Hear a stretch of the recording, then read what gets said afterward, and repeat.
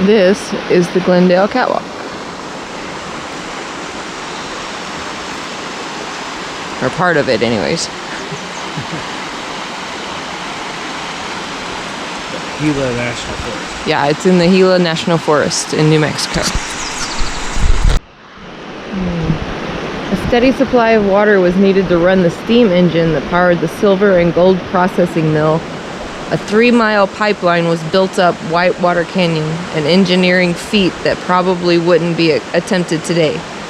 Maintenance workers called the narrow pipeline supports the catwalk because walking on these wooden planks required cat-like balancing skills. Timbers, bolts, and cables that supported the pipeline can still be seen hanging from the canyon walls.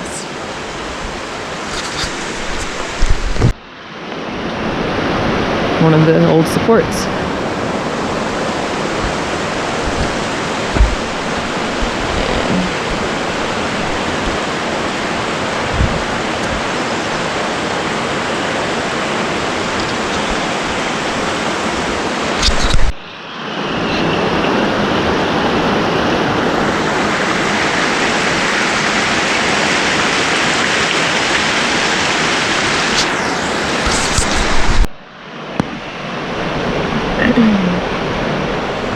The earth erupts, but this wasn't your typical volcano.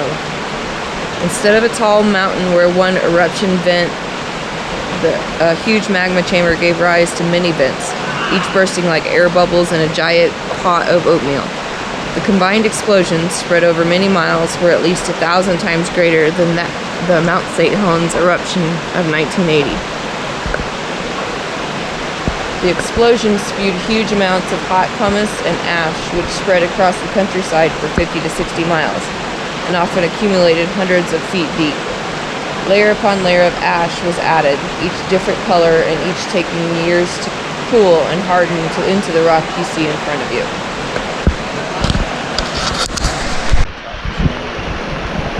The power of water. Each layer of rock you see was deposited here in a manner of weeks. But water has been cutting and shaping the canyon for at least a few million years. Hot underground water deposits dissolved silver, gold, and other minerals in the nearby mountain faults. Years later, prospectors searching for silver in the Magellans recognized these hidden deposits from signs at the surface, such as large quartz veins.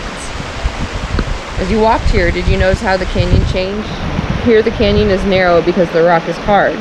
With nowhere to go but down, the water carved a very narrow channel.